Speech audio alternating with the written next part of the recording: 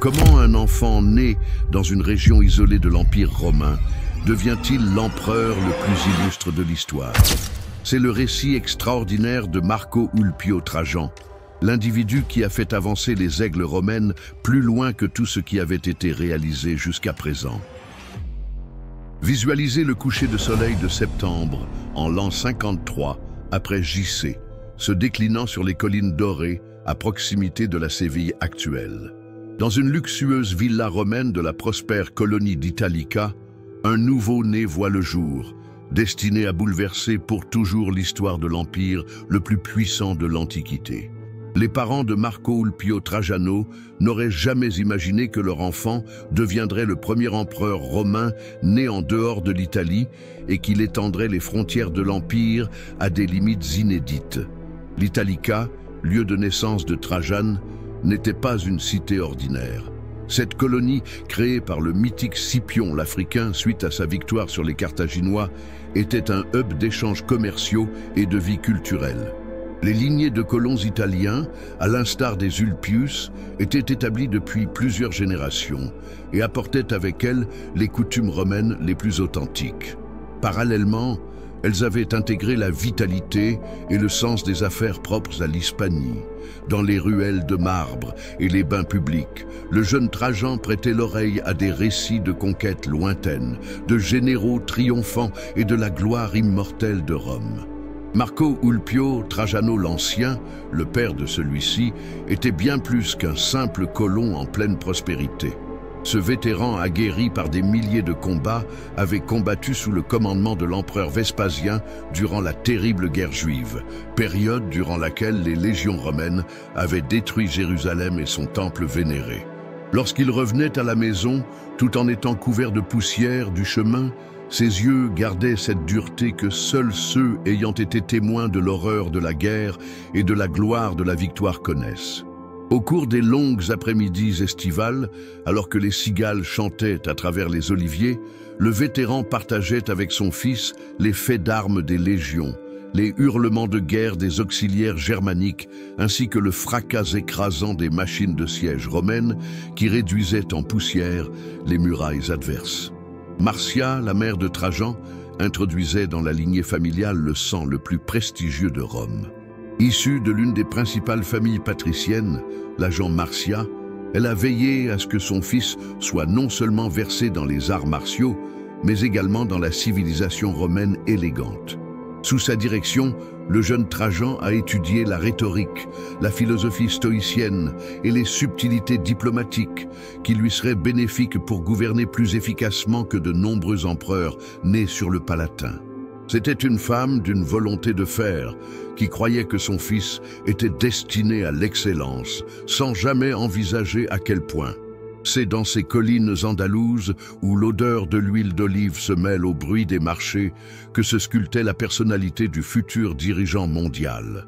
Trajan a été élevé en observant son père gérer d'une manière ferme, mais équitable, les vastes propriétés familiales, traiter avec dignité aussi bien les affranchis que les esclaves, et toujours respecter ses promesses. Ses premières années passées en Hispanie, loin des débauches luxueuses et des machinations de la cour romaine, ont façonné en lui un caractère austère, franc et profondément humain, qui allait par la suite conquérir non seulement des terres, mais également le cœur de millions de sujets. La famille Ulpia ne se contentait pas d'être une autre famille provinciale prospère parmi tant d'autres, elle avait des aspirations impériales. Pendant les rassemblements familiaux dans l'imposante villa d'Italica, quand les lampes à huile illuminaient la scène et que le vin des meilleures vendanges hispaniques s'écoulait généreusement, des unions se formaient qui parviendraient jusqu'aux plus hautes sphères du pouvoir romain. Ulpia Marciana, la sœur de Trajan, était dotée d'une perspicacité politique remarquable qui finirait par faire d'elle l'une des conseillères les plus influentes de l'Empire. Parallèlement, ses cousins et oncles élargissaient le réseau familial à l'échelle de la péninsule ibérique et des Gaules. Pendant ces veillées nocturnes, illuminées par la lueur vacillante des lampes, le jeune Trajan était captivé par les discussions politiques romaines menées par les adultes. Son père et ses oncles débattent avec ferveur des opérations militaires, des modifications au Sénat et des figures emblématiques de la dynastie flavienne qui régnait sur l'univers à cette époque. Vespasien a restauré l'ordre au sein de l'Empire suite à l'année tumultueuse des 4 empereurs, et son fils Titus a finalisé la conquête de la Judée. Cependant, tous étaient conscients que le pouvoir impérial était précaire, fondé sur la fidélité militaire et les aléas du sort. C'est au cours d'une de ces rencontres que l'information a été révélée, modifiant irréversiblement le destin de la famille Ulpia. Un émissaire de l'Empire, ayant parcouru une longue distance sous la poussière accumulée au fil des jours, a transmis le commandement qui faisait appel au père de Trajan à Rome pour se voir attribuer des distinctions et des devoirs supplémentaires. Le combattant expérimenté de la guerre juive avait démontré son mérite non seulement sur les fronts militaires, mais aussi en tant que gestionnaire provincial.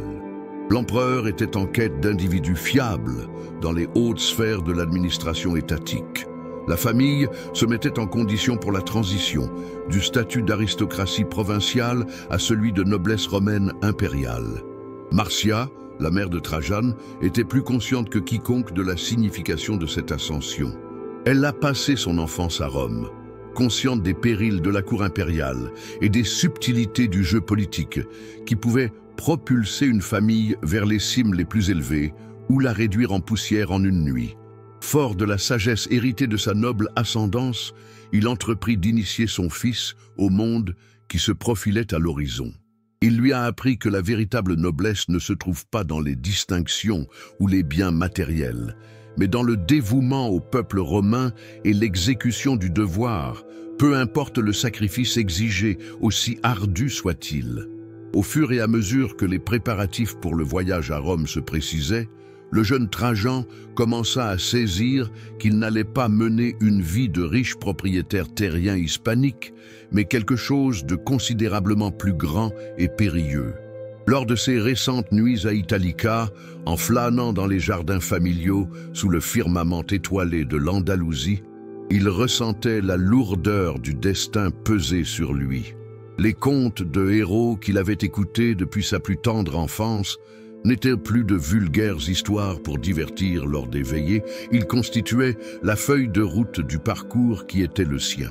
Marco Ulpio Trajan, âgé de 23 ans, était en Syrie sous le soleil ardent, là où les dunes désertiques se mêlaient à l'horizon et où les aigles romains patrouillaient à la frontière la plus périlleuse de l'Empire. Nous étions en l'an 76 après JC, et le jeune homme avait été nommé tribun militaire d'une légion destinée à faire face aux menaces incessantes des Parthes. Dans ce pays de forte disparité, où les convois de marchands se heurtaient aux patrouilles militaires, Trajan serait véritablement initié en tant que guerrier et leader. La vie à la frontière syrienne était sans pitié. Chaque matin était une source d'incertitude, ne sachant pas si les cavaliers parthes feraient leur apparition à l'horizon en levant des nuages de poussière, ou si les tribus bédouines envisageraient une attaque sur les convois de ravitaillement romains. Trajan comprit vite que la guerre n'était pas uniquement la gloire héroïque célébrée par les bardes, mais également les marches sans fin sous le soleil accablant, les veillées où chaque ombre pouvait dissimuler un adversaire, et l'angoissante obligation de faire des choix qui déterminaient le sort mortel ou salvateur de ces hommes. C'est lors d'une de ses missions de reconnaissance que Trajan a montré pour la première fois les compétences qui le distingueraient en tant que leader. L'escouade à laquelle il appartenait a été piégée dans une embuscade non loin de l'Euphrate. Tandis que les flèches sifflaient au-dessus d'eux, le jeune tribun a su garder son sang-froid, reconstituer ses troupes en position défensive et mener une contre-attaque qui a permis non seulement de sauver son unité, mais aussi de capturer plusieurs ennemis de valeur. Ce soir-là, près du feu de camp, les vétérans de la Légion observèrent le fils du sénateur hispanique sous un jour nouveau. Il n'était plus simplement un aristocrate parmi d'autres jouant le rôle de soldat, mais un véritable leader militaire. Le temps passé en Syrie a appris à Trajan des choses que même les meilleures écoles de rhétorique romaine n'auraient pas pu lui enseigner. Il a su déchiffrer le paysage comme un texte bien lisible, saisir les humeurs de ses troupes d'un simple coup d'œil à leurs expressions et faire preuve de rapidité décisionnelle face à une tension extrême. Toutefois, ce qui était peut-être le plus crucial, c'est qu'il établit cette relation unique avec le soldat de base qui marquerait l'ensemble de sa carrière militaire. À l'opposé de nombreux officiers de l'aristocratie qui restaient distants de leurs troupes, Trajan partageait leurs provisions, dormait dans des tentes identiques à celles de ses soldats et était constamment le dernier à partir après une bataille.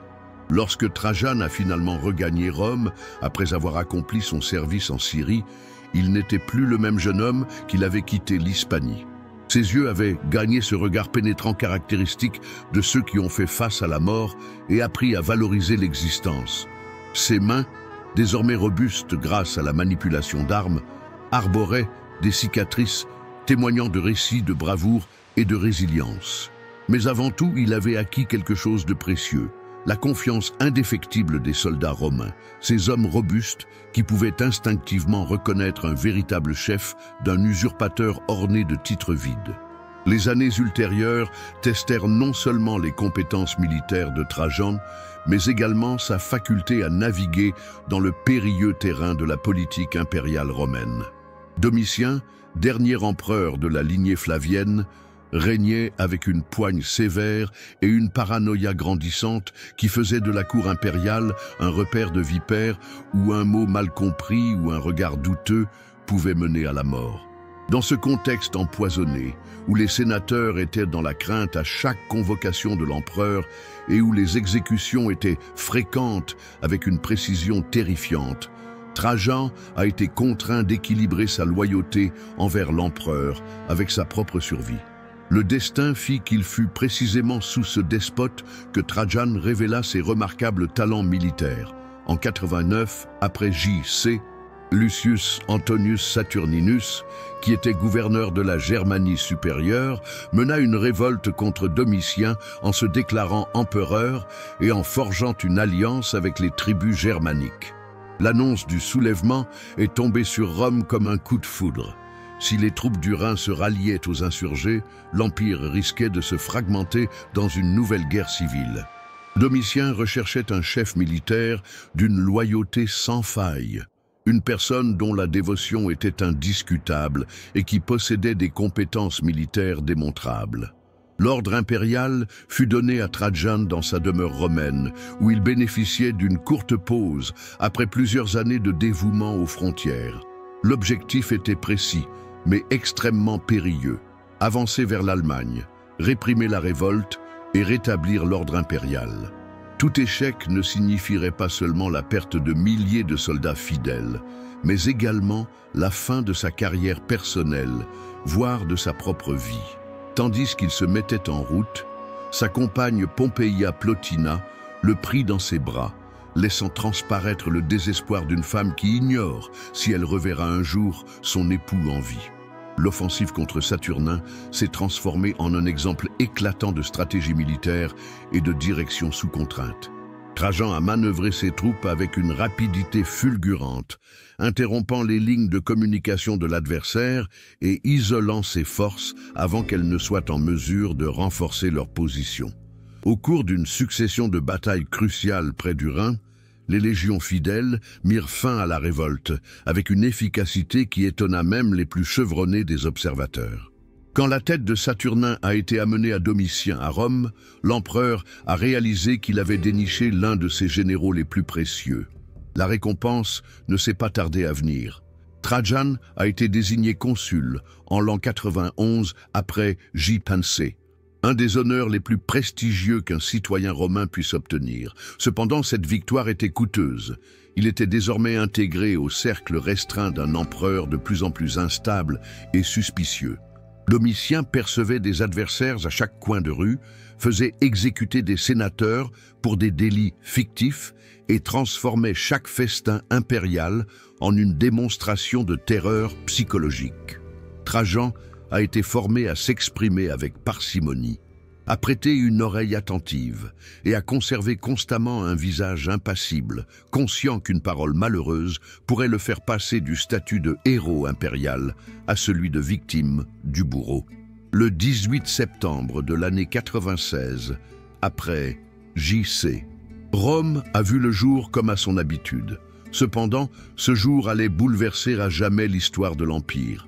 Domitien, l'empereur qui avait régné avec une poigne de fer pendant une quinzaine d'années, était maintenant étendu mort dans son palais, la cible d'un complot de cour impliquant sa femme et les préfets prétoriens. L'information s'est répandue dans la cité tel un incendie dévastateur. Le tyran avait péri, mais qui viendrait occuper sa position? Dans les heures troubles qui ont suivi, alors que les comploteurs débattaient ardemment du sort de l'Empire, le Sénat romain a pris une décision inattendue. Marco Coccheio Nerva, un septuagénaire vénéré pour sa sagesse et son tempérament posé, fut choisi comme empereur. Nerva était tout le contraire de Domitien. Alors que le défunt tyran avait été impitoyable et défiant, le nouvel empereur se montrait bienveillant et conciliant. Il a immédiatement libéré les détenus politiques, rendu les propriétés saisies, et s'est engagé à diriger en partenariat avec le Sénat. Cependant, un problème majeur se posait. Les légions, notamment celles de Germanie, avaient été loyales à Domitien et percevaient son assassinat comme un acte de trahison. Les prétoriens à Rome murmuraient avec menace, tandis que les chefs de frontière adressaient des lettres de plus en plus audacieuses. L'ex-empereur, malgré sa sagesse, n'avait pas la puissance ni le prestige militaire requis pour maîtriser une armée en révolte. C'est dans cette période délicate que les conseillers les plus perspicaces de Nerva lui ont proposé une solution audacieuse. Prendre comme fils et successeur un général de renom incontestable, quelqu'un qui bénéficierait du respect indiscutable des légions et dispose de l'expertise requise pour diriger l'Empire. Toutes les routes conduisaient à une seule dénomination, Marco Ulpio Trajan. Le protagoniste de la lutte contre Saturnin, le consul estimé, celui qui avait fait preuve d'une fidélité sans faille et qui n'avait jamais manifesté d'aspiration démesurée. Il était idéal pour le personnage. Trajan a reçu la nouvelle de l'adoption pendant son inspection des fortifications du Rhin à Cologne, où il agissait en tant que chef de la Germanie supérieure. Un émissaire impérial, accompagné d'une modeste garde prétorienne, lui transmit le décret qui allait à jamais transformer son existence. Il avait été officiellement adopté par l'empereur Nerva et devenait automatiquement son héritier désigné. Lorsque Trajan a reçu la nouvelle, les soldats qui l'entouraient l'ont regardé avec une combinaison de respect et d'attente.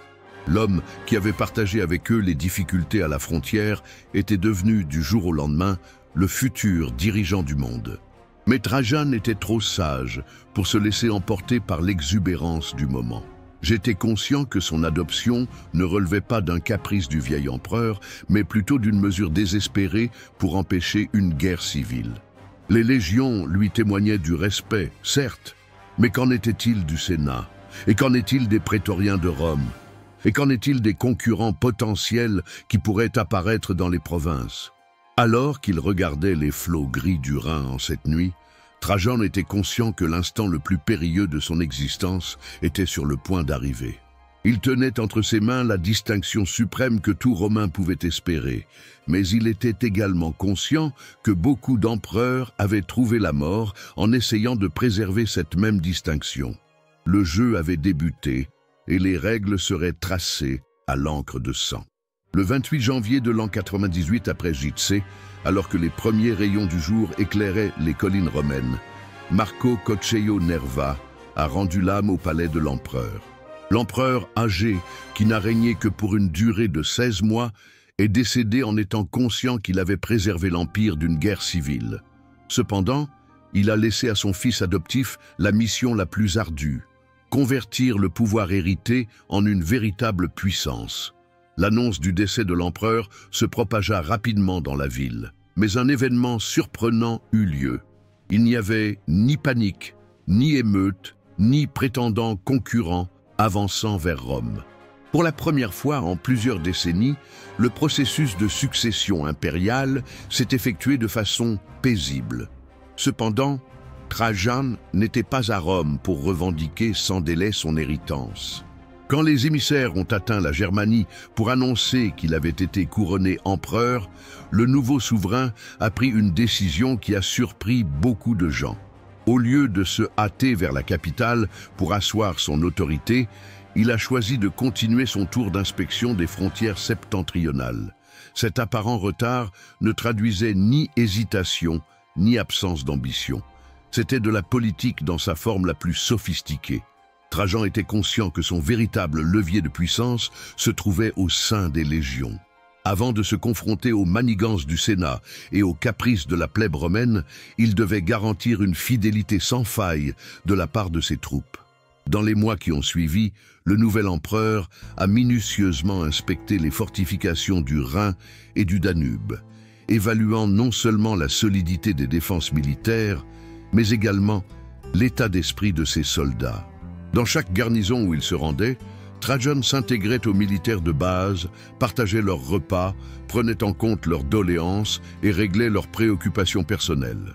Les légionnaires, qui étaient accoutumés à des empereurs, les voyant uniquement comme des chiffres dans les rapports militaires, furent surpris de constater que leur nouveau chef suprême connaissait le nom de leur conjointe, s'informait sur la vie de leurs enfants et se rappelait des gestes individuels de vaillance au combat. Cette approche de renforcement graduel du pouvoir produisait des résultats impressionnants. Quand les premiers messages formels de l'empereur ont enfin atteint Rome, le ton respectueux et coopératif du dirigeant a profondément impressionné les sénateurs. Trajan ne faisait ni peur, ni pression. Il se limitait à communiquer l'état des frontières et promettait de revenir prochainement pour œuvrer conjointement au bien-être de l'Empire. C'était une perspective totalement différente de celle de Domitien, et les sénateurs ont commencé à entretenir l'espoir qu'ils auraient enfin un empereur avec qui ils pourraient collaborer en toute harmonie. Entre-temps, dans les rues de Rome, l'absence de l'empereur a éveillé une curiosité grandissante qui s'est rapidement métamorphosée en une attente presque pleine de vénération. Les bruits de couloir concernant ce général hispanique qui privilégiait la compagnie de ses troupes plutôt que les plaisirs luxueux du palais faisaient le tour des tavernes et des marchés. Quand finalement, à l'automne de l'année 98 de notre ère, la nouvelle a circulé que Trajan avait commencé son voyage vers Rome, toute la cité s'est mise en condition d'accueillir un empereur qui se distinguait de tous les précédents. Les foules assemblées le long de la Via Flaminia pour observer le défilé impérial n'ont pas été déçues. Voilà un homme d'âge avancé, à l'allure austère mais pas cruelle, qui saluait les masses avec la noblesse d'un guerrier et l'humilité d'un citoyen. L'activité incessante, le long des frontières les plus périlleuses de l'Empire, a marqué les premières années du règne de Trajan. Le nouvel empereur était conscient que Rome avait prospéré non seulement grâce à ses conquêtes, mais également par sa faculté à préserver en toute sécurité les territoires déjà annexés. Les tribus germaniques de ce côté du Rhin, ainsi que les confédérations daces au-delà du Danube, constituaient des dangers permanents nécessitant une surveillance constante et, le cas échéant, une intervention militaire déterminante. Lors de ces nombreuses tournées d'examen entre l'an 98 et l'an 100 après J.P.C., où Trajan a totalement modifié l'état d'esprit défensif romain aux frontières septentrionales. Alors que ses devanciers avaient édifié des fortifications et des barricades fixes, il a mis au point un dispositif dynamique basé sur des patrouilles en mouvement, des camps de première ligne et des alliances stratégiques avec les tribus les plus pacifiques. Il a mis en place sur le Rhin un système de tours de guet connectés par des signaux de fumée et des miroirs, permettant de transmettre toute action ennemie à travers des centaines de kilomètres en quelques heures. Cependant, ce qui était le plus novateur dans sa méthode, c'était la façon dont il gérait les troupes sous son commandement. Trajan a mis en place un régime de primes à la performance qui valorisait non seulement le courage au front, mais également l'autodiscipline, la fidélité et l'habileté professionnelle. Sous ce règne, les légionnaires ont appris que même un simple soldat pouvait se hisser au grade de centurion grâce à ses propres compétences et qu'un centurion hors pair pouvait potentiellement accéder aux rangs équestres. Cette méritocratie militaire a engendré une armée d'une loyauté indéfectible et d'une motivation sans faille, qui percevait en Trajan non seulement un leader, mais aussi un père, récompensant équitablement l'effort de ses subordonnés. Les tribus germaniques réalisèrent rapidement qu'elles avaient considérablement sous-évalué le nouvel empereur romain. Les attaques sporadiques qui ont longtemps marqué la frontière du Rhin ont fait face à des ripostes dévastatrices, rapides et précises. Les campagnes de représailles menées par Trajan ne se contentaient pas de repousser les assaillants.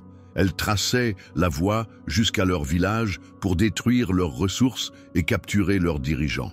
Toutefois, l'empereur romain a montré une compétence diplomatique remarquable pour convertir les adversaires défaites en alliés précieux. Il a proposé aux dirigeants tribaux des positions au sein de l'armée auxiliaire romaine, ainsi que des opportunités d'enrichissement grâce au commerce pacifique. La situation sur le Danube était d'une complexité encore supérieure. Sous le règne de Décébal, le royaume d'As s'est affirmé comme une force régionale considérable qui non seulement faisait obstacle à l'expansion romaine, mais avait également commencé à constituer un danger tangible pour les provinces romaines de Mésie et de Pannonie. Les agents de renseignement romains faisaient état d'une armée d'As en expansion, de fortifications de plus en plus avancées et, ce qui était le plus inquiétant, de coalitions avec d'autres tribus adverses susceptibles de former une confédération anti-romaine d'une ampleur menaçante. Trajan a soigneusement examiné ces rapports, conscient qu'il devrait inévitablement traiter cette menace de façon résolue. Toutefois, en tant que militaire chevronné, il était conscient qu'une préparation appropriée faisait la distinction entre un triomphe éclatant et une défaite humiliante. Au-delà du vaste Danube, dans les montagnes et les bois de ce qui est aujourd'hui connu comme la Roumanie, se dressait un royaume qui osait défier la force de Rome. Sous le règne astucieux du roi Décébal, la Dacie a évolué récemment, se métamorphosant d'une confédération tribale éparpillée en un État centralisé et puissant sur le plan militaire, qui gérait certaines des plus lucratives mines d'or de l'ancien monde. Ces montagnes d'As ne renfermaient pas uniquement des trésors susceptibles de faire rougir d'envie les richesses de plusieurs provinces romaines. Elles s'étaient aussi transformées en refuge pour tous les opposants à Rome dans cette contrée. Décébal n'était pas un barbare comme les autres. Ce roi d'As a minutieusement analysé les stratégies militaires romaines, intégré des aspects de l'ingénierie romaine dans ses structures défensives et constitué une armée fusionnant la bravoure d'As traditionnelle avec une discipline et une structure organisationnelle quasi romaine. Ces combattants, réputés pour leur audace intrépide et leur redoutable falx courbe, avaient asséné des revers dégradants aux légions romaines durant le règne de Domitien, contraignant l'Empire à verser un tribut annuel déshonorant de 8 millions de sesterces. Pour tout Romain doté de sang dans les veines, cette situation était insupportable. Cependant, les provocations des Daces dépassaient largement le cadre de l'orgueil lésé. Les agents de Décébal étaient en action dans toutes les tribus adverses de la région, fomentant des révoltes, distribuant des armes et orchestrant les assauts contre les positions romaines. Les convois commerciaux qui circulaient dans cette zone étaient souvent la cible d'attaques. Les colonies romaines situées à la frontière vivaient en permanence sous tension et les informations de renseignement laissaient entendre que Décébal était en pourparlers secrets avec les Parthes à l'est et les tribus germaniques au nord dans le but de former une large coalition contre Rome. Trajan était conscient qu'il devait intervenir, mais il savait aussi que mener une guerre contre la Dacie ne serait pas un jeu d'enfant. Les montagnes d'As constituaient un enchevêtrement de gorges, de forêts touffues et de fortifications naturelles qui offraient une aide considérable aux défenseurs. Bien que l'armée de Décébal comptait moins de soldats que les légions romaines, elle était parfaitement adaptée à l'environnement et profitait du soutien fervent d'une population qui choisissait plutôt la mort que la soumission au régime romain. En outre, un conflit prolongé sur un territoire ennemi exigerait des ressources considérables et pourrait gravement miner d'autres frontières de l'Empire. Toutefois, certains facteurs agissaient en soutien à Rome. L'Empire était doté de ressources quasi infinies, d'un système logistique inégalé dans l'Antiquité et particulièrement d'un empereur qui avait démontré être un tacticien militaire hors pair. Trajan démarra ses préparatifs avec la précision d'un ingénieur. Il augmenta les effectifs des garnisons le long du Danube, amassa d'énormes stocks dans les entrepôts de frontières, enrôla de nouvelles légions et, ce qui revêtait l'importance majeure, mit en place une campagne diplomatique pour couper Décébal de ses alliés éventuels. Lorsque l'heure de la bataille finale arriverait enfin, Rome serait plus prête que jamais pour un conflit qui déterminerait le destin de toute la région.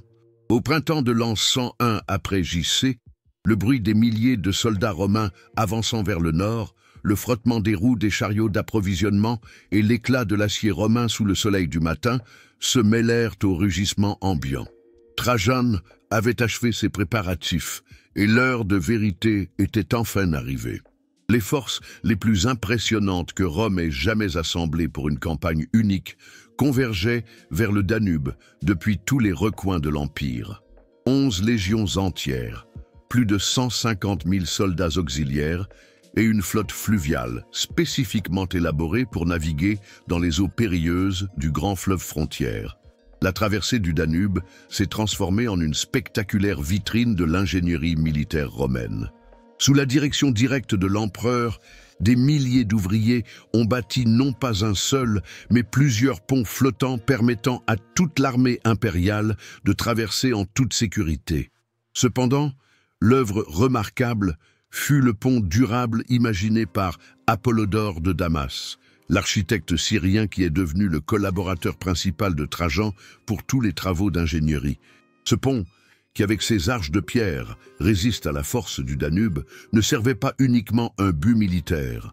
Il était une forte représentation de la puissance romaine et un message explicite pour tous les groupes de la région que les aigles impériaux étaient présents pour perdurer. Décébal n'était pas dupe et n'a pas laissé l'invasion romaine se dérouler sans réagir. Alors que les légions s'organisaient sur la rive méridionale du Danube, les Daces avaient ardemment œuvré à faire de leur terre un véritable traquenard mortel pour les assaillants.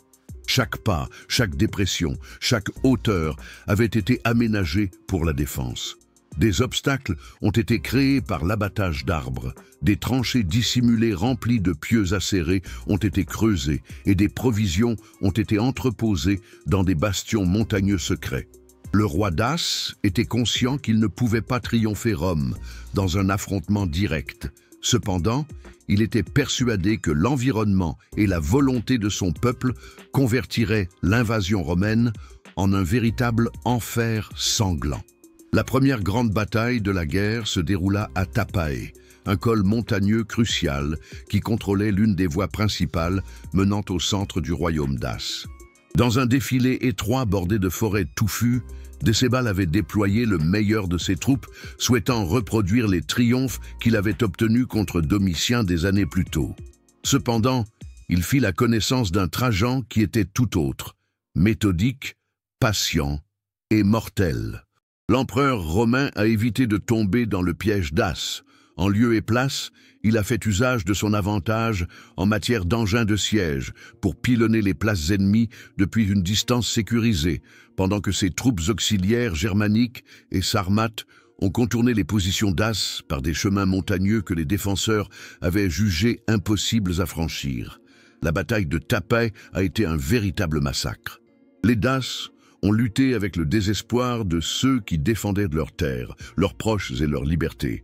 Mais face à l'acharnement impitoyable des légions romaines, ils ont finalement cédé. Quand le jour s'éteignit sur le champ de bataille, des milliers de soldats daces gisaient sans vie parmi les pierres, et la voie vers le cœur de la Dacie s'ouvrit à ceux qui avaient triomphé. Cependant, Trajan, un vétéran de plusieurs campagnes, était conscient qu'une victoire ne représentait pas la conclusion de la guerre. Décébalus demeurait en liberté. Sa cité restait invincible et l'hiver s'annonçait à grands pas. La véritable épreuve n'avait fait que commencer. Les montagnes de Dacie se transformèrent en l'arène d'un conflit tel qu'on n'en avait jamais observé dans le monde. Chaque vallée devint un champ de guerre. Chaque forêt se mua en piège mortel, chaque fleuve se transforma en ligne de défense désespérée. Suite à son triomphe à Tapae, Trajan se retrouva en plein cœur d'un territoire qui semblait avoir été conçu par les divinités pour châtier les intrus. Des routes tortueuses qui disparaissaient dans des brouillards incessants, des passes où quelques défenseurs pouvaient stopper une légion complète et des citadelles d'as érigées sur des cimes rocheuses, apparemment invincibles sous toutes les voies de progression. Décébal a cependant sous-évalué la ténacité romaine et le talent militaire de son empereur. Au lieu de ce que les Daces pensaient, à savoir que les légions allaient s'écraser contre leur défense comme des vagues sur une falaise, Trajan a opté pour une tactique d'encerclement graduel, alliant la puissance brute à la ruse diplomatique. Alors que les troupes principales continuaient d'exercer une pression sur les positions d'as centrales, des unités spéciales composées de soldats auxiliaires, guidés par des déserteurs d'as et des mercenaires familiers avec les moindres sentiers cachés des montagnes, surgissaient de manière inattendue pour sectionner les lignes de ravitaillement adverses et frapper des cibles apparemment infranchissables. La bataille de Nicopolis à Distrum a révélé l'étendue du génie tactique de Trajan. Décébal avait rassemblé ses forces les plus aguerries dans cette citadelle, persuadé que son emplacement sur une colline abrupte lui conférait une invincibilité. Les machines de siège romaines ont assiégé les murs d'As pendant des jours sans réussir à ouvrir une brèche cruciale. Pendant ce temps, les défenseurs répliquaient avec des salves de flèches et de pierres qui infligeaient d'importantes pertes parmi les assaillants. C'est à ce moment-là que Trajan a dévoilé pourquoi il était perçu comme un grand stratège militaire. Il avait simulé la vulnérabilité pendant que ses ingénieurs construisaient des souterrains secrets sous les fortifications qui semblaient invincibles. L'explosion qui a eu lieu au matin du 7e jour de siège a retenti dans l'ensemble des vallées avoisinantes. Les murs de Nicopolis se sont écroulés dans un déluge de pierres et de fumée, et à travers les brèches créées, les troupes romaines ont déferlé comme une vague irrésistible. Les Daces, déconcertés et abattus par ce qui paraissait être de la magie romaine, luttèrent avec le désespoir tenace d'hommes, réalisant que la défaite équivalait à l'esclavage ou à la mort. Cependant, leur sort était déjà fixé. Quand les aigles romains furent érigés sur la tour centrale de la citadelle, toute la vallée réalisa que l'apparente invincibilité d'As n'était qu'une chimère. Toutefois, les Romains ont aussi payé un lourd tribut pour leur triomphe. Les pertes augmentaient sans cesse. Des centurions aguerris périssaient sous les traits des Daces, des légionnaires chevronnés tombaient lors des attaques contre les bastions adverses, et les infirmeries de campagne se peuplaient de combattants blessés, marqués pour toujours par cette guerre ensanglantée. Ce qui a le plus marqué tous les participants, c'est la façon dont Trajan faisait part de ses souffrances. L'empereur se rendait personnellement dans chaque hôpital, connaissait beaucoup de blessés par leur nom et veillait à ce que les derniers rites des défunts soient célébrés avec tous les honneurs militaires. Cette personnalité charismatique du chef suprême engendra parmi les forces une fidélité dévouée que nul adversaire ne pourrait ébranler. L'hiver de l'an 102, après J.C., a apporté un silence singulier aux montagnes de Dacie. Les champs de bataille furent enveloppés par la neige, tel un manteau blanc qui masquait temporairement les traces du conflit. Cependant, tous étaient conscients que cette tranquillité était aussi éphémère que la glace des rivières au moment du dégel. Après avoir subi une série de revers dévastateurs, Décébal avait dépêché des envoyés auprès du camp romain pour solliciter des pourparlers.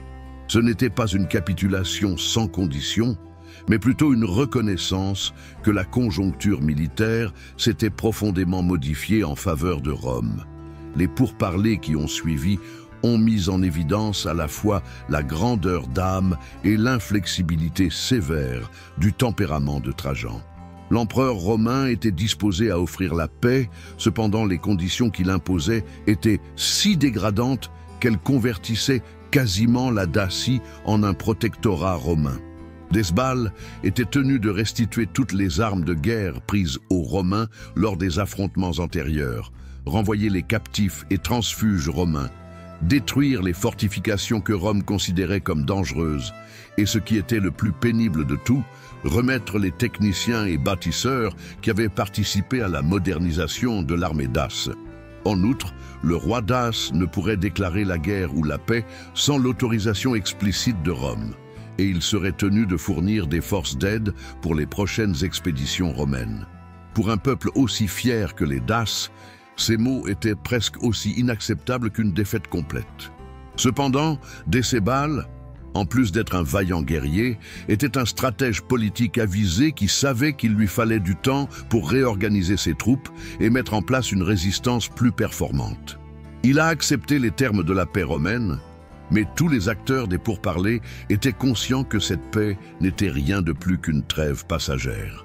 Alors que les diplomates évoquaient l'amitié indéfectible et la collaboration réciproque, Romain et Daces planifiaient en secret de reprendre les combats dès que les conditions s'y prêteraient. Trajan a utilisé ce vide de pouvoir avec l'efficacité qu'il avait démontrée dans chacune de ses actions.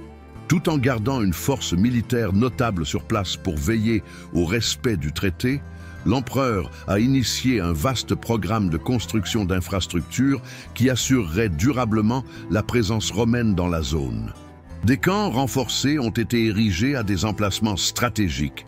Des voies de communication ont été aménagées pour connecter les bases romaines aux axes commerciaux majeurs et des colonies peuplées de vétérans ont été créées afin de fonctionner comme pôles de romanisation dans les régions récemment conquises.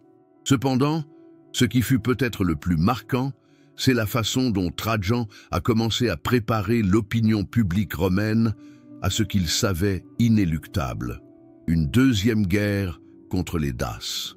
Les comptes rendus qui arrivaient à Rome mentionnaient non seulement les triomphes militaires, mais également les vastes richesses dénichées dans la région Dace. Les mines d'or et d'argent, les vastes forêts fournissant du bois de charpente, les sols riches en nutriments capables de sustenter des milliers de colons romains, tous ces atouts constituaient la rétribution promise à Rome si elle parvenait à conclure la conquête de la Dacie. Lorsque les informations relatives aux violations du traité par Décébal seraient révélées, le peuple romain se montrerait prêt à appuyer une nouvelle expédition garantissant gloire militaire et prospérité économique. Comme tout le monde l'avait anticipé, la trêve a été brisée. Cependant, la façon dont cela s'est produit a mis en lumière le désespoir de Décébal et l'habileté de Trajan à concocter la raison idéale pour relancer les combats. Durant l'année 104 après JC, les agents de renseignement romains ont rapporté une succession d'agissements douteux sur le sol Dace, des négociations discrètes avec des représentants de tribus ennemies, la réhabilitation secrète de fortifications qui devraient être détruites conformément au traité et surtout l'hospitalité offerte à des déserteurs romains qui auraient dû être renvoyés sans délai selon ledit traité. L'événement qui a conduit à la Seconde Guerre d'Adriatique était si théâtral qu'il semblait tiré d'une pièce de théâtre tragique. Un détachement de soldats romains chargés de veiller à l'application du traité a mystérieusement disparu non loin de la capitale Dace. Quand leurs corps furent découverts quelques jours après, défigurés conformément aux traditions rituelles Dace, la colère à Rome prit des proportions gigantesques. Trajan, qui avait attendu avec patience le bon moment, avait enfin obtenu la justification idéale pour déclencher une campagne d'extermination totale contre un adversaire qui n'avait pas su respecter les traités signés. Toutefois, cette seconde campagne serait totalement distincte de la première. Trajan avait acquis une grande connaissance du territoire Dace, des stratégies adverses, ainsi que des atouts et des limites de ses propres troupes. Il n'y aurait pas cette fois de démarche exploratoire, ni d'efforts diplomatiques, ce serait un conflit intégral, destiné à anéantir totalement le pouvoir Dace et à incorporer définitivement leurs terres à l'Empire romain. Les préparatifs ont été encore plus rigoureux que pour la première campagne.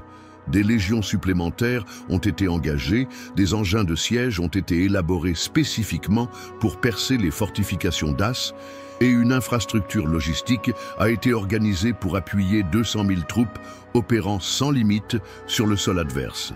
L'invasion a démarré au printemps de l'an 105 après JC, par une démonstration de puissance qui a clairement signalé que Rome n'avait pas l'intention de reproduire la guerre prolongée des années antérieures.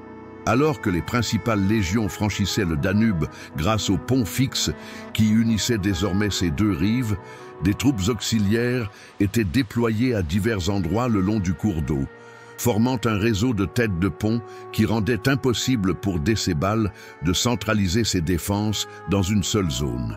C'était une incursion orchestrée avec une exactitude mathématique qui illustrait comment l'ingéniosité organisationnelle romaine pouvait convertir la guerre en une discipline scientifique exacte.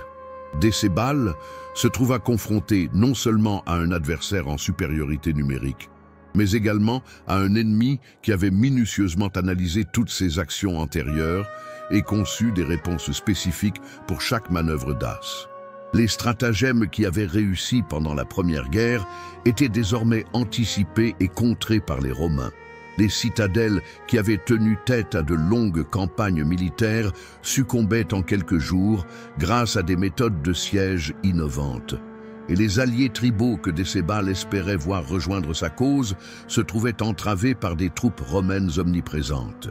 La Seconde Guerre mondiale ne serait pas une simple réédition de la première, mais plutôt son dénouement final et sanglant. Le dernier bastion de Sarmizegetusa, la glorieuse capitale de Décébal, est devenue l'incarnation parfaite de ce qui peut se produire lorsque le génie romain croise la volonté impériale de Trajan. La cité, édifiée en gradin sur une montagne qui paraît imprenable, a su tenir bon face à toutes les offensives antérieures grâce à ses imposantes murailles et son dispositif de défense qui semble avoir été élaboré par des architectes ayant minutieusement étudié les méthodes de siège romaines. Trajan n'était pas là pour reproduire les fautes du passé. Il était là pour conclure le dernier acte de la résistance Dace.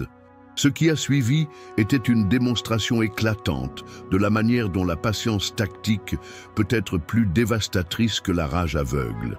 Plutôt que de mener des attaques onéreuses contre les remparts Dace, Trajan fit complètement le tour de la ville avec un cercle de fortifications romaines, bloquant ainsi toute chance d'évasion ou d'approvisionnement.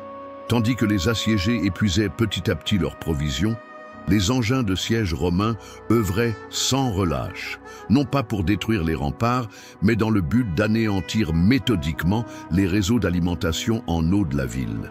C'était une guerre d'attrition, conduite avec la précision d'un horloger suisse.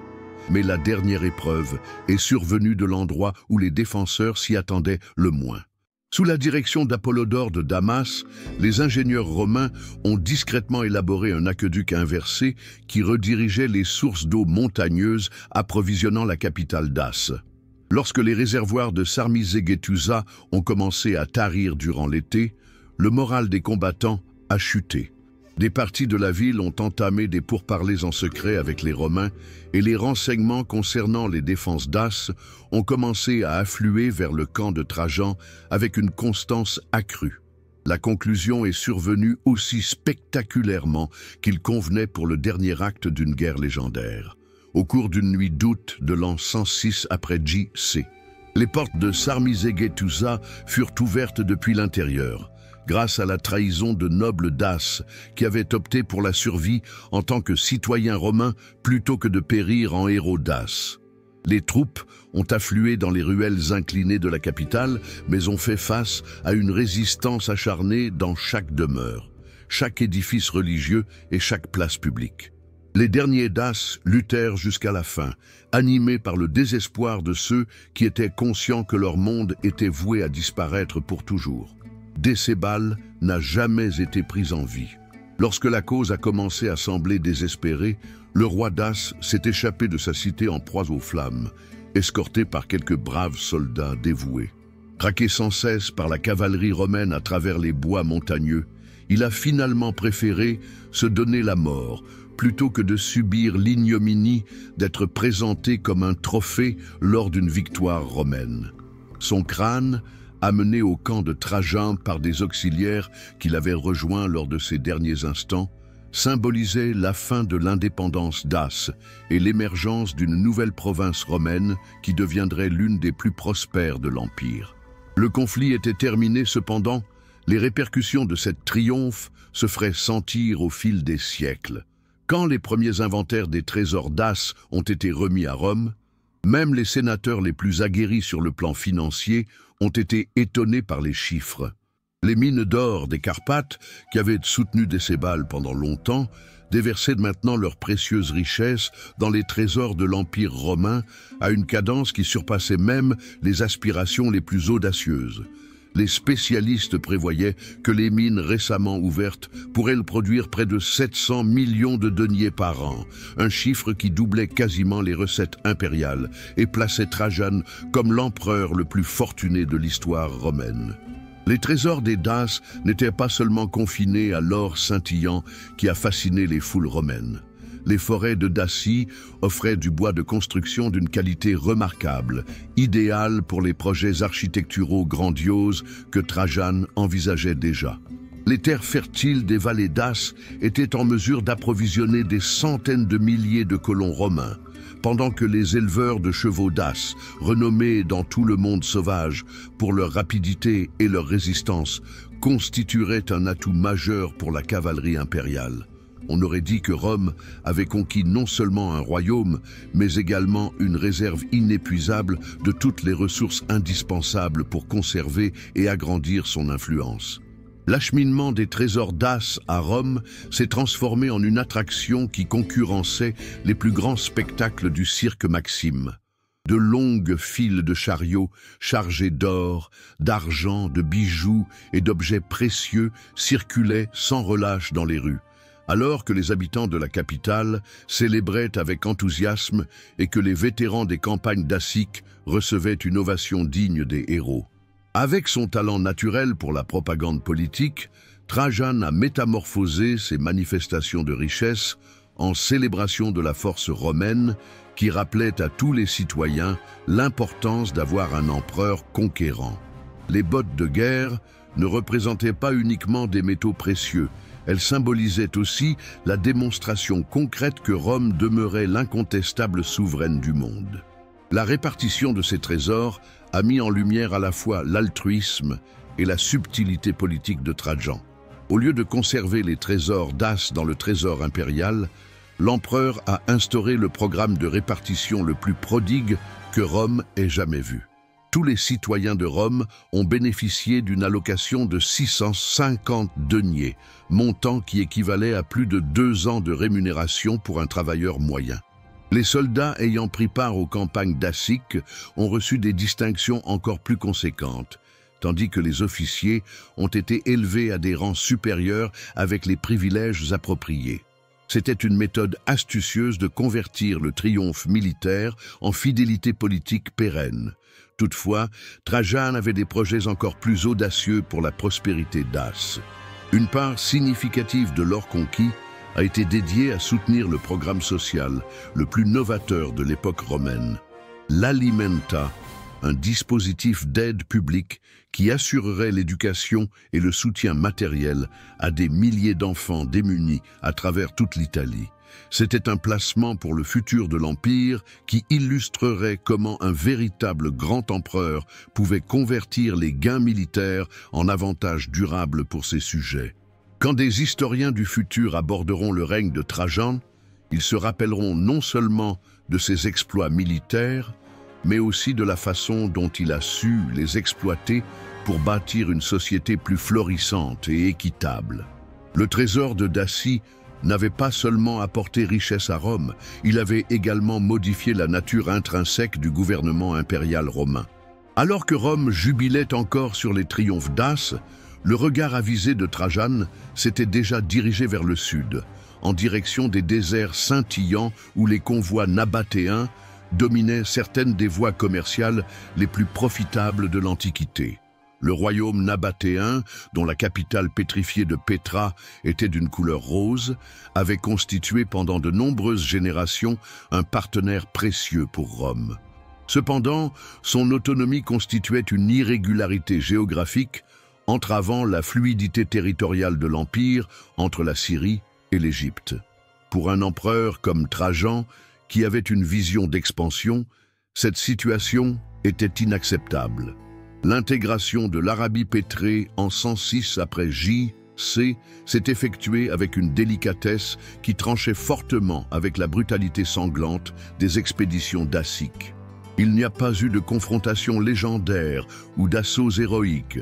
Il s'est simplement produit, un jour, que les forces romaines prirent possession de Pétra et des autres cités nabatéennes pendant que les représentants impériaux communiquaient que le royaume avait été intégré pacifiquement à l'Empire romain pour assurer sa sauvegarde et son essor. Rabel II, le dernier roi nabatéen, a trouvé la mort juste avant l'annexion. Son royaume a été sans opposition converti en province romaine d'Arabie. Cette victoire pacifique a mis en lumière un autre aspect du génie militaire de Trajan, sa capacité à réaliser des buts stratégiques grâce à la pression diplomatique et économique plutôt qu'à l'usage de la force brute. Durant de nombreuses années, Rome a peu à peu étouffé l'économie nabatéenne grâce à des accords commerciaux désavantageux et en exerçant une pression politique sur ses alliés tribaux. Lorsque le moment de l'annexion officielle est finalement survenu, le royaume était tellement affaibli que la résistance n'était pas envisageable. C'était une brillante illustration de comment un empire véritablement raffiné pouvait conquérir sans recourir à la guerre. Les trésors d'Arabie pétrée n'étaient pas aussi impressionnants que ceux des Daces. Cependant, leur importance stratégique était inestimable.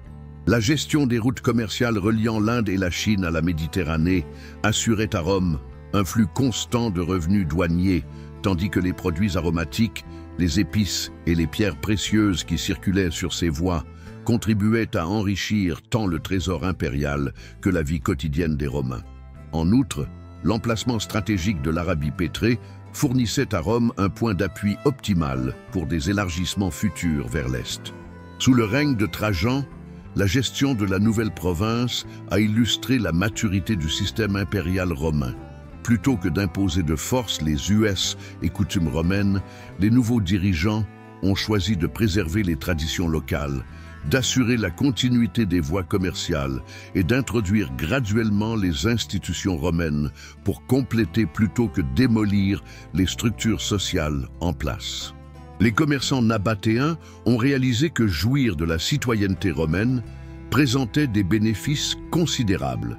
Une défense militaire pour leurs convois, l'ouverture à des marchés plus étendus et l'assurance d'une stabilité politique que seule Rome pouvait assurer. En l'espace de quelques années, l'Arabie pétrée avait évolué d'un royaume conquis à une province florissante et fidèle. Alors qu'il se trouvait dans les jardins de sa villa romaine, le parfum des jasmins se mêlant à l'écho distant de la ville, Trajan méditait sur une énigme qui l'avait captivé depuis sa jeunesse. Comment un empire fondé sur la domination militaire pouvait-il se transformer en un vecteur du bien-être humain? La solution qu'il a découverte a pris la forme d'une institution novatrice qui allait transformer radicalement le lien entre l'État romain et ses citoyens les plus démunis. L'annone, un premier dispositif de protection sociale structuré dans l'histoire occidentale. Le régime alimentaire de Trajan ne se limitait pas à une simple charité distribuée avec bienveillance. C'était un placement minutieusement calculé pour l'avenir de l'Empire romain. Grâce à l'énorme richesse acquise lors des conquêtes daces, l'empereur a établi un fonds pérenne destiné à dispenser éducation, alimentation et soins de santé à des milliers d'orphelins et de familles dans le besoin à travers toute l'Italie. C'était une perspective innovante qui comprenait que la véritable puissance de Rome ne tenait pas uniquement à ses armées, mais aussi à la santé et à l'instruction de ses citoyens en devenir.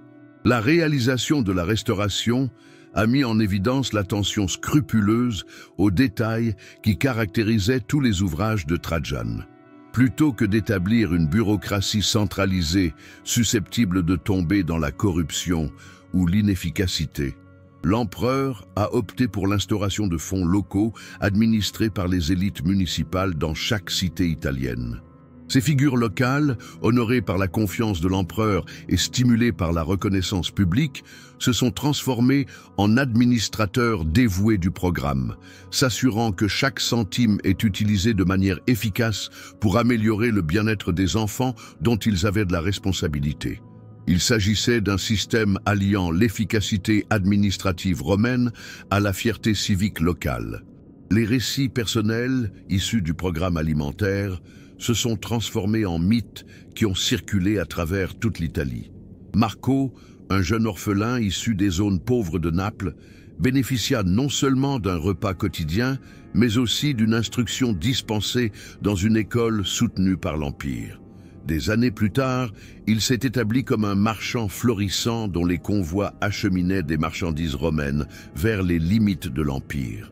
Livia, la fille d'un ancien combattant décédé lors des guerres daciques, a été élevée dans un orphelinat impérial où elle a acquis non seulement la capacité de lire et d'écrire, mais également les compétences domestiques qui ont fait d'elle une matrone respectée. Sa descendance est destinée à servir avec dignité dans les futures légions. Le programme alimentaire a progressivement pris de l'ampleur au-delà des frontières italiennes, en se modelant sur les spécificités locales des différentes provinces, tout en gardant à cœur l'objectif primordial de former des citoyens instruits et fidèles. En Espagne, un lieu qui tenait particulièrement à cœur à Trajan, des écoles ont été créées alliant l'instruction romaine traditionnelle aux aptitudes pratiques requises pour la vie en province. En Gaule, des ateliers financés par des fonds impériaux ont permis aux jeunes d'apprendre des métiers qui ont contribué à l'expansion économique de la région. C'était un investissement dans le capital humain qui porterait ses fruits pour les générations à venir, en créant une classe de citoyens qui percevaient l'Empire romain non seulement comme un conquérant, mais aussi comme un bienfaiteur sincèrement investi dans leur bien-être et leur épanouissement. Quand Apollodore de Damas a dévoilé les premiers plans du forum de Trajan à l'empereur, même ce conquérant chevronné est resté un moment sans mots. Ce que l'illustre architecte syrien avait imaginé n'était pas seulement un autre projet de bâtiment public, c'était une affirmation architecturale de puissance impériale qui ferait paraître toutes les œuvres antérieures comme de simples tentatives modestes. Le projet impliquerait la destruction d'une colline entière au cœur de Rome, le déplacement de millions de mètres cubes de terre et de pierre, ainsi que la construction d'un ensemble monumental qui pourrait se mesurer aux merveilles antiques. L'érection du forum de Trajan s'est transformée en une attraction à part entière qui a captivé les citoyens de Rome pendant de nombreuses années. Des milliers d'employés, allant des architectes spécialisés aux ouvriers ordinaires, se sont rassemblés sur le site de construction, formant une petite cité entièrement consacrée à ce projet gigantesque. Les méthodes d'ingénierie utilisées étaient si sophistiquées que d'autres architectes de l'Empire venaient à Rome spécialement pour apprendre les techniques d'Apollodore. L'emploi novateur du mortier et du béton rendait possible la construction d'espaces voûtés de dimensions inédites, tandis que des systèmes de poulies et de grues assuraient le déplacement de blocs de marbre d'une taille qu'il aurait été impossible de manipuler avec les techniques traditionnelles. Cependant, l'aspect le plus impressionnant du complexe était indéniablement la colonne de Trajan, une tour de marbre haute de 30 mètres, ornée de bas-reliefs sculptés, qui narrait, étape par étape, l'histoire intégrale des campagnes contre les Daces. C'était une chronique de guerre gravée dans la pierre qui offrait à tout Romain, qu'il soit lettré ou illettré, la possibilité de lire l'histoire des triomphes impériaux en se déplaçant simplement autour de la colonne. Chaque aspect a été minutieusement contrôlé par des experts en campagne dacique pour assurer la précision historique. Les armes, les armures, les stratégies de bataille, même les panoramas montagneux ont été illustrés avec une exactitude digne d'une photographie. L'inauguration du forum en l'an 112 après JC s'est transformée en une fête qui s'étendait sur plusieurs semaines. À l'apogée de son autorité et de sa renommée, Trajan dirigeait cérémonie sur cérémonie, tandis que les habitants de Rome découvraient avec admiration les vastes monuments érigés par leur empereur pour leur agrément. La basilique Ulpia, dotée de colonnades en marbre provenant de l'ensemble du bassin méditerranéen, proposait un cadre splendide pour les tribunaux et les opérations commerciales. Les bibliothèques jumelées, l'une dédiée au texte latin et l'autre au texte grec, renfermaient le plus vaste ensemble de manuscrits de l'Antiquité mis à la disposition de tout citoyen souhaitant se cultiver sans frais. Toutefois, ce qui était peut-être le plus marquant au Forum de Trajane, c'était ce qu'il symbolisait, la conversion des gains de guerre en avantages durables pour la civilisation. Chaque marbre a été acquis avec de l'or d'As. Chaque sculpture incarnait la magnificence militaire réinventée en esthétique artistique. Chaque place publique illustrant comment un empereur véritablement grand pouvait mettre en œuvre son autorité pour rehausser la qualité de vie de ses sujets. Quand les visiteurs à venir déambuleront dans ces superbes lieux, ils ressentiront directement l'héritage pérenne de la domination de Trajan. Non seulement des conquêtes éphémères, mais également des édifices durables qui viendraient enrichir l'existence humaine pendant des siècles. Tandis que les édifices du Forum de Trajane fascinaient les visiteurs à Rome, un ensemble discret mais tout aussi remarquable d'initiatives d'infrastructures se déployait à travers l'Empire, modifiant la vie de millions de sujets qui n'auraient jamais vu la cité impériale. Le programme de travaux publics de Trajan était basé sur une idée à la fois simple et novatrice. Chaque sou dépensé en infrastructures devait générer des gains économiques et sociaux suffisamment importants pour compenser largement l'investissement initial. C'était l'ingénierie mise au service de la politique, la construction utilisée comme outil de gouvernance. La Via Traiana, reliant Bénévent à Brindisi, est devenue l'incarnation parfaite de cette philosophie de construction. Cette voie ne se contentait pas d'être un trajet plus performant entre deux métropoles. Elle agissait comme un stimulateur économique ayant métamorphosé l'intégralité de la région qu'elle desservait. Lorsque la nouvelle route leur ouvrait l'accès aux marchés régionaux, les hameaux agricoles isolés se transformaient en des centres commerciaux florissants. Les marchands ont réalisé qu'ils pouvaient acheminer leurs produits en 2 fois moins de temps et avec beaucoup moins de risques, réduisant ainsi les dépenses et augmentant les profits pour tous les acteurs de la chaîne d'approvisionnement. Cependant, les routes n'étaient que la partie la plus évidente d'une transformation infrastructurelle qui touchait tous les domaines de la vie citadine et villageoise. Sous le règne de Trajan, les aqueducs qui ont été érigés n'assuraient pas seulement un approvisionnement en eau potable pour les cités de l'Empire, ils alimentaient aussi des dispositifs de chauffage, des thermes publics et des fontaines décoratives qui rehaussaient grandement le niveau de vie en milieu urbain. Dans la Gaule, l'émergence de nouveaux aqueducs a favorisé l'expansion d'industries comme la céramique et la métallurgie, qui demandaient une importante quantité d'eau. Cela a engendré des postes de travail et une prospérité dans des zones précédemment exclusivement rurales. Le port d'Ostie, totalement refait sous la direction d'ingénieurs de l'Empire, s'est transformé en une prouesse technologique qui se mesurait aux meilleures infrastructures portuaires de la Méditerranée. Les quais modernes étaient capables de recevoir simultanément des centaines de navires commerciaux, alors que des systèmes avant-gardistes de grues et d'entrepôts facilitaient le chargement et le déchargement rapide des marchandises venant de toutes les régions du monde connues. Les phares élaborés grâce à des méthodes d'ingénierie sophistiquées assuraient une navigation sécurisée même en cas de conditions climatiques adverses, diminuant ainsi les pertes liées au naufrage et augmentant la profitabilité du commerce maritime.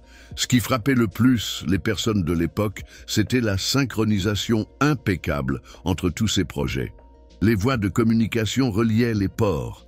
Les aqueducs approvisionnaient les cités qui s'étendaient le long des récentes routes de commerce et l'intégralité du dispositif opérait tel un colossal mécanisme orchestré pour amplifier la prospérité impériale. Un marchand pouvait embarquer des épices à Alexandrie, les faire traverser la Méditerranée jusqu'à Ostie, puis les acheminer le long de la Via Traiana en direction de Bénévent. De ce point, il pouvait les répartir via un réseau de voies secondaires jusqu'aux marchés les plus éloignés d'Italie, le tout grâce à des infrastructures édifiées et maintenues par l'administration romaine. C'était l'ancienne mondialisation au service du bien-être impérial. En 113 après J.C., à une époque où Trajan avait déjà atteint l'âge de 60 ans et réalisé presque tous les objectifs qu'un empereur romain pouvait souhaiter, une préoccupation familière commença à troubler son cœur de conquérant. Pendant plusieurs années, les confins orientaux de l'Empire étaient demeurés en paix. Cependant, cette tranquillité a commencé à être perturbée par des tensions inévitables entre deux empires puissants ayant une frontière partagée. Le royaume de Parthie, qui a hérité des aspirations perses de Cyrus et Darius, avait commencé à se mêler des affaires arméniennes, le royaume tampon, qui a servi comme zone tampon entre ces deux puissances pendant des générations. La situation en Arménie offre à Trajan précisément le motif qu'il recherche pour s'engager dans l'entreprise la plus ambitieuse de sa carrière, la conquête de l'Orient qui avait échappé même à Jules César et Marc-Antoine. Quand le roi Parthe-Khosroès a placé son neveu Partamazir sur le trône arménien sans l'aval de Rome, contrairement aux accords en place, l'empereur romain y a vu une chance en or pour régler définitivement la question orientale et, dans le même temps, rivaliser avec les conquêtes d'Alexandre le Grand en faisant avancer les aigles romaines jusqu'aux limites du monde connu. Les préparatifs de la campagne orientale ont une nouvelle fois mis en lumière l'attention minutieuse qui définissait toutes les opérations militaires de Trajan. Pendant plusieurs mois, des convois sans fin ont acheminé des approvisionnements depuis tous les recoins de l'Empire vers les dépôts militaires situés en Syrie et en Mésopotamie. Pour cette campagne, de nouvelles légions ont été formées. Des machines de siège sur mesure, en fonction des spécificités des fortifications orientales, ont été élaborées et des ententes diplomatiques ont été conclues avec les tribus arabes susceptibles d'agir comme auxiliaires dans le désert. C'était un déploiement de ressources qui allait au-delà même des campagnes daciques. Cependant, il existait des disparités essentielles entre cette campagne orientale et les précédentes conquêtes de Trajan. La Parthie se distinguait de la Dacie. C'était un empire structuré, bénéficiant de plusieurs siècles d'expertise dans la lutte contre Rome, dirigé par des chefs compétents parfaitement familiarisés avec les manœuvres romaines et doté de ressources quasiment infinies grâce à la maîtrise des voies commerciales asiatiques. En outre, les distances concernées étaient colossales. Assurer des chaînes d'approvisionnement sécurisées à travers des milliers de kilomètres de territoires hostiles ou incertains posait des défis logistiques qui mettraient à l'épreuve la redoutable efficacité du système militaire romain. Quand Trajan a franchi l'Euphrate au printemps de 114 après J.C., à la tête de l'armée la plus forte que Rome ait jamais déployée en Orient, il n'a pas seulement transporté les aspirations vers la gloire militaire, mais également le fardeau d'attente considérable. Les citoyens de Rome croyaient fermement que leur empereur invincible élargirait l'empire en annexant de nouvelles provinces orientales. Les soldats aspiraient à des richesses extraordinaires, semblables aux trésors des Daces, tandis que Trajan lui-même nourrissait le rêve secret de dépasser toutes les conquêtes passées en étendant les limites romaines jusqu'à l'océan Indien. Ce fut le commencement de l'épopée la plus spectaculaire et la plus périlleuse de toute sa carrière impériale. L'expansion romaine en Mésopotamie en l'an 115 de notre ère a initialement pris la forme d'une réalisation militaire qui semblait irréelle. Les troupes de Trajan progressèrent dans la vallée des deux fleuves, tel un flot inarrêtable, conquérant cité après cité avec une aisance qui évoquait les expéditions d'Alexandre le Grand. Les citadelles que les Parthes estimaient invincibles se sont effondrées après de brefs sièges. Les dirigeants locaux capitulaient avant de mettre en péril leur territoire, et la voie vers Ctésiphon, la majestueuse capitale parthe, paraissait miraculeusement se libérer devant les aigles triomphantes. Ctésiphon, cette cité ornée de palais dorés et de jardins suspendus qui avaient incarné la puissance orientale pendant des siècles, fut conquise par les Romains à l'issue d'un siège qui ne s'étira que sur 3 semaines. Quand les légions parades traversèrent ces artères de marbre et que les masses se courbaient devant les conquérants, Trajan vécut un instant de triomphe qui surpassait même ses succès contre les Daces. Voici un empereur romain installé sur le siège des anciens rois perses, acceptant la soumission de satrapes administrant des territoires plus étendus que plusieurs provinces romaines. La conquête de Ctésiphon a permis à Trajan d'accomplir l'un de ses objectifs les plus audacieux, effectuer une navigation dans le golfe Persique et admirer l'océan Indien, ces eaux mythiques qui symbolisaient la frontière orientale du monde connu. Quand son armada impériale accosta sur les rivages du golfe et que l'empereur romain regarda l'horizon sans fin, où ciel et mer fusionnaient, il a eu la sensation qu'il était vraiment arrivé aux limites du monde. C'était un instant d'euphorie quasi divine qui le positionnait au rang des plus grands conquérants de l'histoire, Alexandre, Cyrus, Pompée. Mais même à ce sommet de triomphe, les semences de la future calamité étaient déjà en train de germer. Les zones acquises étaient étendues, mais faiblement peuplées par des Romains fidèles. Les voies de communication traversaient des milliers de kilomètres de déserts et de régions inhospitalières. De plus, les Parthes vaincus n'ont pas été anéantis, mais seulement dispersés, préservant ainsi leur aptitude à résister et à se restructurer. Trajan avait étendu son empire, mais Rome serait-elle capable de le préserver? Les festivités à Ctésiphon se sont étendues sur plusieurs semaines, mêlant le raffinement oriental à la retenue militaire romaine lors de somptueux banquets. Les soldats étaient ébahis par des richesses qui surpassaient même les dépouilles d'As, des soies de Chine, des épices de l'Inde, des perles du golfe Persique et de l'or en quantité apparemment illimitée. Cependant, les officiers chevronnés, forts de nombreuses campagnes à leur actif, regardaient avec une préoccupation grandissante les informations provenant des lignes de communication, des attaques contre les convois d'approvisionnement, des révoltes dans des cités apparemment tranquilles et des déplacements de troupes adverses, laissant penser que la résistance était en train de se restructurer rapidement. La prise de possession s'était faite sans difficulté. La préservation serait une toute autre affaire. Le premier indice que la victoire orientale se muait en cauchemar s'est manifesté par un communiqué urgent qui a mis fin à l'un des festins de réjouissance à Ctésiphon. Un chevalier, maculé de poussière et de sang, s'agenouilla devant Trajan pour lui rapporter une nouvelle qui fit frémir l'empereur. La Judée, la Cyrénaïque, Chypre et l'Égypte avaient toutes déclenché des révoltes en même temps, menaçant les lignes d'approvisionnement cruciales qui soutenaient la présence romaine en Mésopotamie. Il ne s'agissait pas de simples troubles localisés, c'était une révolte organisée par les communautés juives de la Méditerranée orientale qui avait métamorphosé des régions entières en zones de conflit. Les informations qui ont suivi ont dressé un portrait de plus en plus alarmant. À Alexandrie, la grande bibliothèque a été réduite en cendres au cours de violents affrontements entre Romains et Juifs lors d'une guerre implacable où ni pardon ni miséricorde n'étaient accordés ou attendus. Dans la Cyrénaïque, les insurgés ont détruit des villes en entier et leurs atrocités rappellent les pires débordements des guerres civiles à Rome.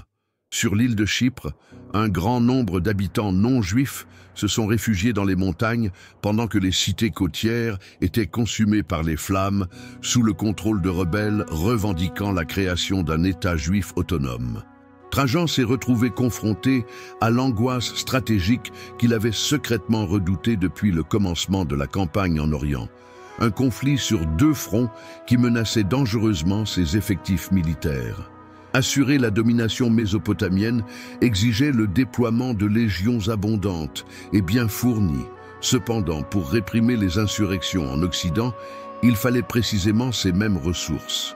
Pour la première fois dans sa carrière militaire, l'empereur, qui paraissait invincible, a été obligé de faire des choix déchirants concernant les régions à protéger et celles à abandonner temporairement.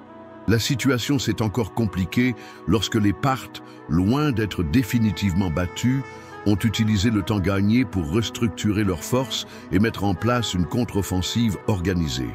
Les cités mésopotamiennes, qui avaient accueilli les troupes romaines libératrices, ont commencé à barrer la route aux patrouilles romaines, rendant de plus en plus ardu l'approvisionnement local. Les assauts sur les convois de ravitaillement se sont intensifiés jusqu'à ce que chaque déplacement militaire devienne une manœuvre à haut risque. C'est durant cette période cruciale que la grandeur ainsi que les contraintes du génie militaire de Trajan se sont manifestées. L'empereur fit le choix tactique de fragmenter ses troupes. Il dépêcha son général le plus qualifié, Lucius Quietus, pour réprimer les insurrections juives par des techniques d'une violence délibérée afin d'intimider tout potentiel insurgé.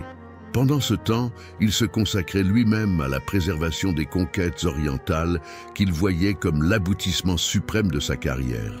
Il s'agissait d'un risque désespéré qui nécessitait la réussite conjointe des deux opérations, car l'échec sur l'une ou l'autre voie pourrait mener à l'effondrement catastrophique de tout le système impérial oriental. Dans les parcs du palais d'Antioche, alors que les premières ondées de l'automne 116 après J.C. apportait un soulagement à l'atmosphère suffocante de l'été syrien, Trajan a fait l'expérience pour la première fois de sa vie d'un sentiment qu'il n'avait jamais ressenti auparavant, le fardeau écrasant de la vieillesse et la lassitude que nul triomphe militaire ne peut guérir. L'empereur, qui avait traversé sans cesse les déserts mésopotamiens et mené personnellement des assauts sous un soleil sans pitié, se trouvait désormais confronté à un adversaire qu'il ne pouvait dominer, ni avec ses troupes, ni avec son habileté militaire. Son propre corps qui commençait à le lâcher après des décennies de sollicitations surhumaines. Les symptômes avaient débuté de manière insidieuse durant les derniers mois de la campagne mésopotamienne. Des céphalées que les médecins impériaux imputaient au stress du commandement, des phases d'épuisement qui paraissaient démesurées en comparaison à l'effort physique engagé, et un agacement croissant qui était totalement étranger à la nature d'habitude paisible de l'empereur. Cependant, c'est pendant le siège d'Atra, cette citadelle arabe devenue symbole de la résistance orientale, que le mal qui le rongeait a montré toute sa terrible intensité. Pour Trajan, Atra était bien plus qu'une cible militaire stratégique. C'était une question d'honneur personnel et de prestige impérial. Cette cité défensive a résisté à 2 assauts de l'armée romaine, et sa faculté à braver l'autorité impériale est devenue une source d'inspiration pour tous ceux qui s'opposent à Rome dans la contrée. L'empereur avait engagé d'importantes ressources pour sa capture, transformant le siège en une démonstration de détermination romaine qui ne pouvait pas se permettre d'échouer. Cependant, les murs de Atra, érigés précisément pour résister aux méthodes de siège romaines, se sont avérés quasiment inexpugnables. C'est durant le second siège d'Atra que Trajan a subi ce qui serait aujourd'hui identifié comme un AVC par les médecins actuels. Alors que l'empereur était en train d'examiner lui-même les emplacements des machines de siège, il s'est subitement écroulé devant les regards épouvantés de ses officiers. Lorsqu'il a repris connaissance, il avait partiellement perdu la mobilité de son côté gauche, sa capacité à parler s'était altérée, et ses yeux, qui avaient toujours reflété l'assurance du commandement supérieur, trahissaient désormais la terreur d'un homme conscient que son heure était venue. L'information concernant la maladie de l'empereur a été tenue secrète aussi longtemps que possible. Cependant, dans une armée dont le moral était intrinsèquement lié à la présence et au leadership personnel de l'empereur, il était vain d'espérer cacher la vérité éternellement. Les soldats commencèrent à murmurer en petits groupes, tandis que les officiers partageaient des échanges d'yeux préoccupés. Les adversaires de Rome, voyant la vulnérabilité de l'Empire comme un prédateur détecte une proie, intensifièrent leurs assauts sur les positions romaines devenues de plus en plus fragiles. Le vaste conquérant qui avait emmené les aigles romains plus loin que quiconque était en train de livrer son ultime affrontement, non pas contre des adversaires externes, mais contre la mortalité humaine, que même l'autorité impériale ne pouvait surmonter. Dans ses derniers instants de lucidité, alors qu'il était confiné à son lit à Antioche et combattant une maladie incurable même pour les plus éminents médecins de l'Empire, Trajan a dû prendre la décision la plus vitale de son règne: sélectionner l'individu qui prendrait en charge le monde qu'il avait conquis et étendu. Le problème de la succession était devenu une priorité désespérée, l'empereur n'ayant pas d'héritier légitime. Toute vacance de pouvoir risquait de provoquer les guerres civiles qui avaient autrefois dévasté Rome. On a opté pour Publius Aelius Hadrianus, un lointain parent et protégé âgé de 38 ans. Sa brillante intelligence et son expérience en matière d'administration le rendaient le candidat idéal pour renforcer les conquêtes de Trajan et assurer la stabilité de l'Empire. Hadriano était tout ce que Trajan n'était pas, alors que l'empereur défunt était un conquérant inné, préoccupé par l'extension territoriale. Son héritier désigné se révélait être un administrateur inné, passionné par la consolidation et la culture. On aurait dit que le destin avait orchestré pour Rome le genre de leader nécessaire pour la prochaine étape de son expansion impériale. L'adoption officielle d'Adrien s'est déroulée lors d'une cérémonie discrète, en opposition à l'apparat qui avait marqué de nombreux autres événements durant le règne de Trajan. En présence uniquement de ses conseillers les plus intimes et de ses officiers les plus loyaux, l'empereur, sur son lit de mort, a prononcé les paroles rituelles qui transmettaient le pouvoir suprême à son fils adoptif. C'était un instant riche en symbolisme. Le grand conquérant transmettait son héritage à un homme qu'il suspectait de prendre des décisions très différentes de celles qu'il aurait prises, mais qu'il considérait comme le plus apte à maintenir la splendeur romaine. Tandis que le convoi funèbre destiné à ramener les dépouilles de Trajan à Rome se mettait en place, il a été clairement établi que l'empereur s'était éteint précisément pour sauvegarder son legs grandiose. Une longévité plus étendue aurait contraint l'empereur souffrant à gérer le pénible processus de désengagement des conquêtes orientales insoutenables. Un décès anticipé aurait laissé son œuvre administrative et constructive incomplète.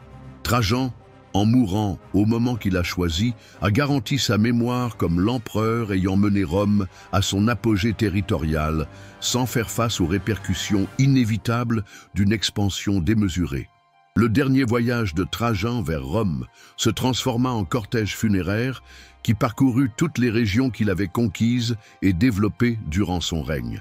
Dans chaque cité où la procession faisait halte, de grandes foules se rassemblaient pour saluer l'empereur ayant apporté prospérité, sécurité et fierté impériale à leur existence.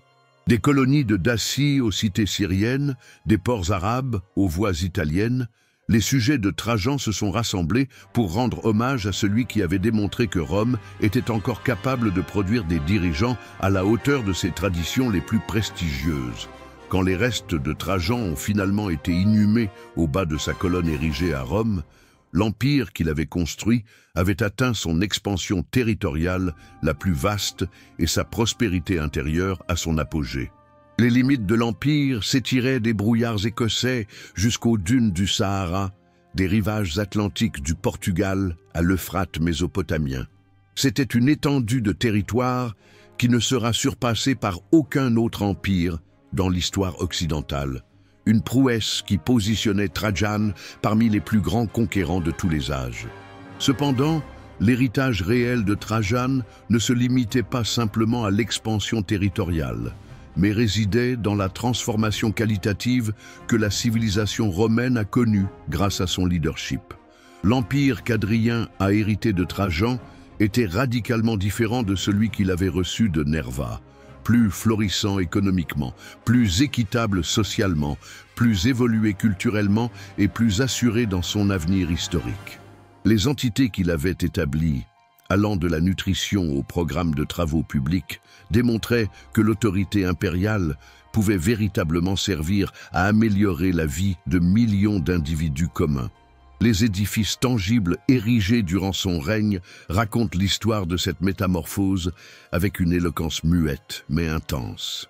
La colonne de Trajan, ornée de bas-reliefs en spirale illustrant les conquêtes contre les Daces, symbolisait la grandeur militaire sublimée en œuvre d'art pérenne. Le forum de Trajan, qui offre de superbes espaces accessibles au public, représentait la richesse impériale convertie en avantages civiques. Les infrastructures telles que les routes, les aqueducs et les ports érigés durant son règne illustrent une conception du gouvernement qui voyait l'infrastructure non pas comme une charge financière, mais comme un placement en faveur du futur impérial.